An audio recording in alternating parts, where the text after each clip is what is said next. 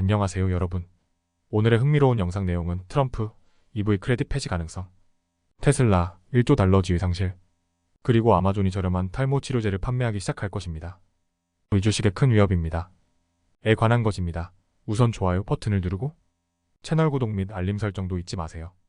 여러분의 관심과 지지가 저희에게 큰 힘이 됩니다. 첫 영상은 월스트리트 저널의 최신 기사를 바탕으로 트럼프 대통령 당선자가 전기차 구매세액 공제를 없앨 가능성이 테슬라와 전기차 시장에 미칠 영향을 설명해드리겠습니다. 이번 변화가 테슬라와 다른 전기차 제조사들의 어떤 파장을 일으킬지, 그리고 테슬라 주식에 대한 월가의 전망을 함께 알아보겠습니다. 트럼프 대통령이 전기차에 대한 7,500달러의 구매세액 공제를 폐지할 가능성이 커지면서 테슬라와 다른 전기차 기업들의 주가에 큰 영향을 미쳤습니다. 이 소식이 전해진 후 테슬라 주가는 5.8% 하락하여 약 311달러에 마감했고, RIVIAM과 GM, 포드 같은 다른 전기차 관련 기업들의 주가도 하락세를 보였습니다. 현재 테슬라의 시가총액은 약 9,990억 달러로 1조 달러 지위에 아슬아슬하게 못 미치고 있습니다. 분석가들은 트럼프 행정부의 전기차 세액 공제 폐지가 다른 전기차 제조사들에 비해 테슬라에 미치는 영향이 덜하다고 보고 있습니다. 그 이유는 테슬라가 이미 크레딧 없이도 수익을 낼 수 있는 안정적인 비용 구조를 갖추고 있기 때문입니다. 만약 세액 공제가 사라진다면 테슬라가 오히려 경쟁 업체들에 비해 유리한 위치에 서게 될 수도 있습니다. 제프리즈의 분석가인 필립 우슈아는 테슬라 주식에 대한 목표 가격을 300달러로 상향 조정했지만 여전히 유지 등급을 부여했습니다.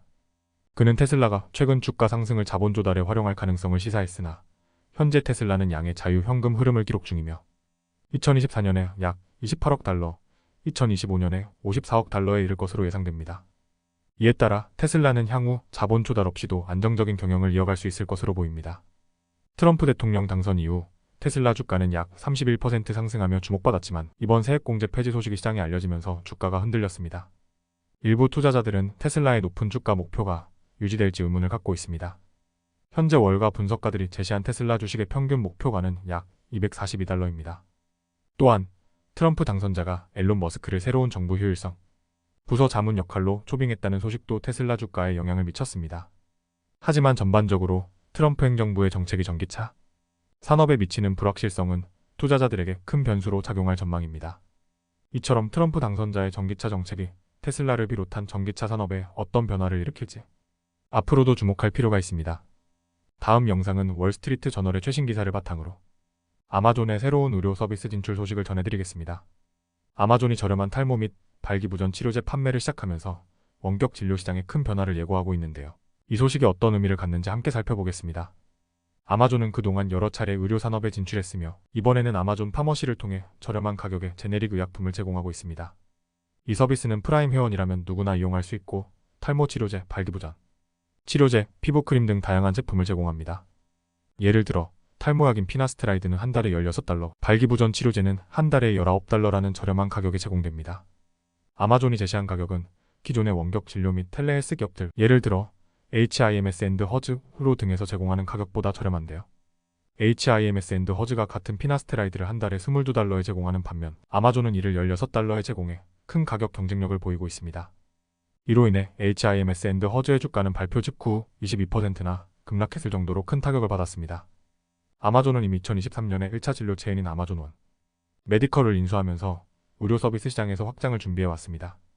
아마존의 강점은 온라인 쇼핑 경험과 막대한 고객 데이터를 활용해 의료 서비스에서도 편리하고 저렴한 서비스를 제공할 수 있다는 점인데요. 이번 발표는 원격 진료 시장에 강력한 변화를 불러일으킬 수 있을 것으로 보입니다. 현재 탈모 치료제와 발기부전 치료제 같은 제네릭 의약품을 주로 제공하는 텔레헬스 산업은 아마존의 진입으로 큰 위협을 받고 있습니다.